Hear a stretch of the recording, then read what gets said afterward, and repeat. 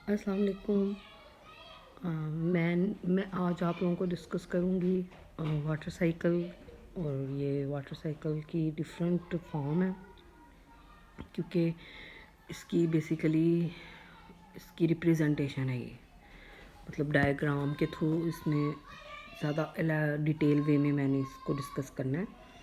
तो जो hydrologic cycle है या वाटर साइकिल है, इसको यहाँ पर डायग्राम में थ्री सरफेसेस, थ्री सिस्टम्स में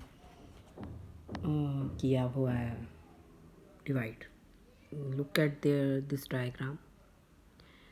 और ये डॉटेड लाइन जो शो कर रही है, ये डिवीजन को शो कर रही हैं, देखें। और थ्री जो सिस्टम्स हैं, एक एटमॉस्फेरिक है, एक सरफेस वाटर है और एक सब सरफेस है। मोस्ट कॉमनली अगर मैं इनको ज़्यादा वे में बताऊँ तो कंसेप्चुअली अगर इसको डिस्कस किया जाए तो एटमॉस्फेरिक वाटर, सरफेस वाटर और सब सरफेस वाटर क्या हैं। सब सरफेस वाटर वो होता है जो ज़मीन के नीचे होगा, ठीक है। ये ग्राउंड वाटर इसको कहते हैं। और यहीं पे रिजर्वायर्स भी हैं। और इन्हीं यही वाटर की सरफेसेस की जो मतलब स्टोरेजेस हैं, ग्राउंड वाटर की फॉर्म में है। वाटर टेबल, ये चीज़ें सब सरफेस वाटर को रिलेट करती हैं। और जो सरफेस वाटर है उसमें देख लें, ये over land flow, surface run of, ये चीज़ों को डिस्कस करेंगे हम। बट ये सरफेस वाटर क्या है और एटमॉस्फेरिक वाटर क्या है, तो इस चीज़ पर डिस्कशन करते हैं। ये मैं यहाँ पर एक पिक्चर दिखाती हूँ सरफेस वाटर और एटमॉस्फेरिक वाटर का, आपको इजीली अंदाज़ा हो जाएगा। ये एटमॉस्फेरिक वाटर है और सरफेस वाटर यहाँ है, ठीक है।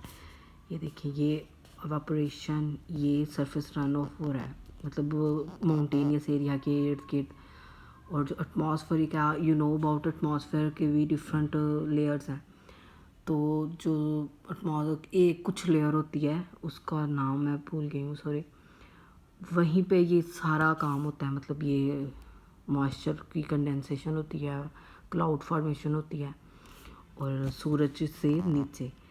तो वो एक टिपिकल स्पेसिफिक वो एरिया होता है। तो वो एटमॉस्फेरिक वाटर जहाँ पर वर्क करता है, जहाँ पर उसकी प्रोसेसिंग होती है। तो ये चीज़ें 3 डिवीज़न मैंने आपको अब बता दिया है, ठीक है। तो इसकी बेस पर वाटर की डिवीज़न हम की है और उसको डायग्राम में शो किया हुआ है, ठीक है। और इसके अलावा देखें, यहाँ पर सबसे पहले उन्होंने बताया हुआ वाटर साइकिल की डिवीज़न। मैं सबसे पहले लेती हूँ प्रेसिपिटेशन से। ये देखिए, ये प्रेसिपिटेशन में बारिश हुई, वो एटमॉस्फेरिक वाटर में उसका क्या वो इंटरसेप्शन होती है और फिर एवापोरेशन स्टार्ट हो जाती है, ठीक है। यहाँ पर एक्यूमुलेशन हुई है वाटर बॉडीज़ की।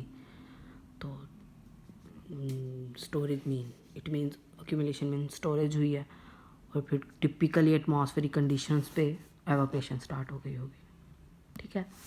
नेक्स्ट देखते हैं सरफेस वाटर पे प्रेसिपिटेशन का क्या रोल होगा। जब बहुत प्रेसिपिटेशन के बाद वो किधर जाता है, फ्लोज में। और ओवरफ्लो, इसके अलावा ओवरफ्लो और एक आउटफ्लो, ये 2 टर्म्स हैं मोस्टली। इनको देखा जाए तो ओवरलैंड फ्लो ये लिखा हुआ है, सॉरी। तो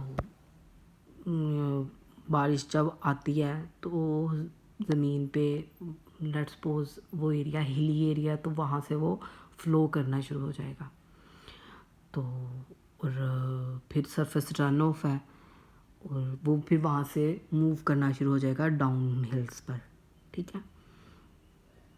और फिर ये देखें, ये डाउन हिल्स पे मूव करके आ, फिर एक एक्यूमुलेशन ऑफ वाटर बॉडीज़ की, मतलब लो लैंड एरिया, फिर मतलब वहाँ से वो सरफेस रन ऑफ के थ्रू वाटर मूव करना स्टार्ट हो जाता है through an ocean a river, ठीक है, at some parts there would be small portion of river, not a big ocean, let's suppose a lake, वो वहाँ पर चला जाता है। तो ये चीज़ होती है। देन आप देखें, और हाँ इसमें सबसे मेन चीज़ जो है, देखें यहाँ लिखा भी हुआ है स्ट्रीम्स और ओशन के थ्रू एवापोरेशन होती है। जो लेक्स हैं वहाँ पर एवापोरेशन रेट हम भी होंगे, डेफिनेटली होंगे अगर एटमॉस्फेरिक कंडीशंस प्रिवेल करेंगी, इतनी सूटेबिलिटी होगी। बट बेसिकली वहाँ पर एक्सेस ऑफ वाटर बॉडी नहीं होगा, मतलब जिसकी वजह से जो ट्रिमेंडियस हमारे पास काउंटेबल चीज़ नहीं नज़र आएगी।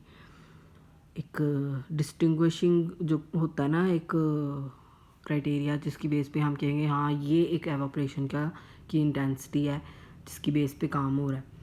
तो जब वाटर बॉडी स्ट्रीम्स या ओशन में आएंगी तो ही एवापोरेशन होगी, सही है।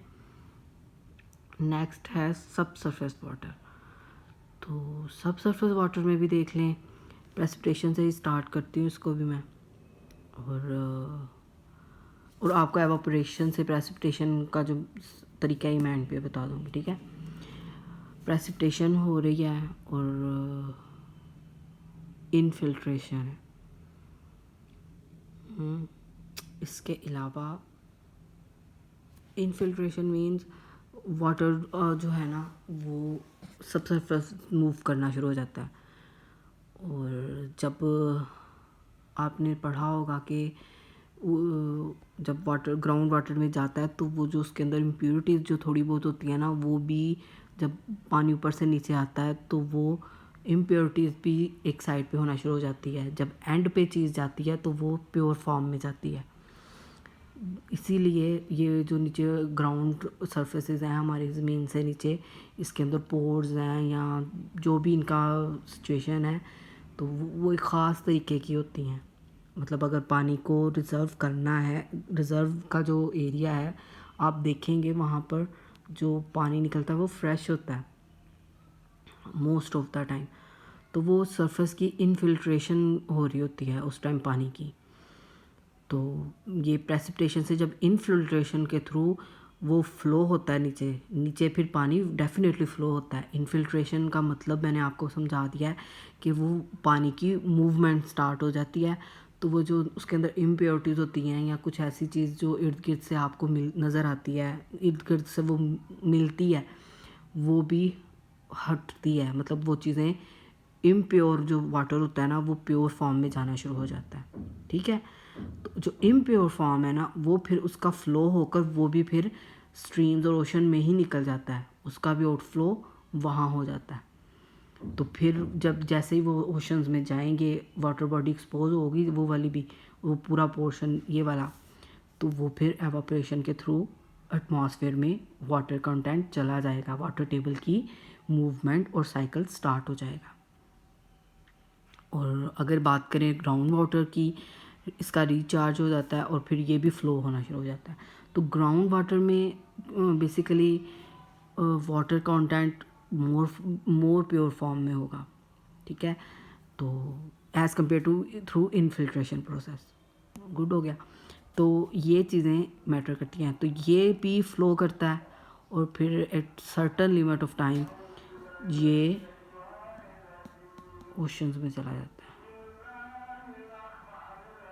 ठीक है।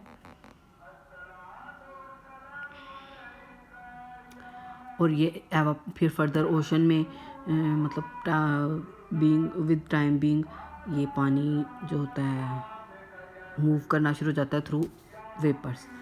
एंड एट दी एंड ये सारा चीज़ें जो एवापोरेशन के थ्रू मैंने आपको भी बताई हैं, ये एटमॉस्फेरिक वाटर जो है वो किस तरह एवापोरेशन में जाता है, उसकी इंटरसेप्शन होती है और थ्रू इंटरसेप्शन और ट्रांसपायरेशन भी।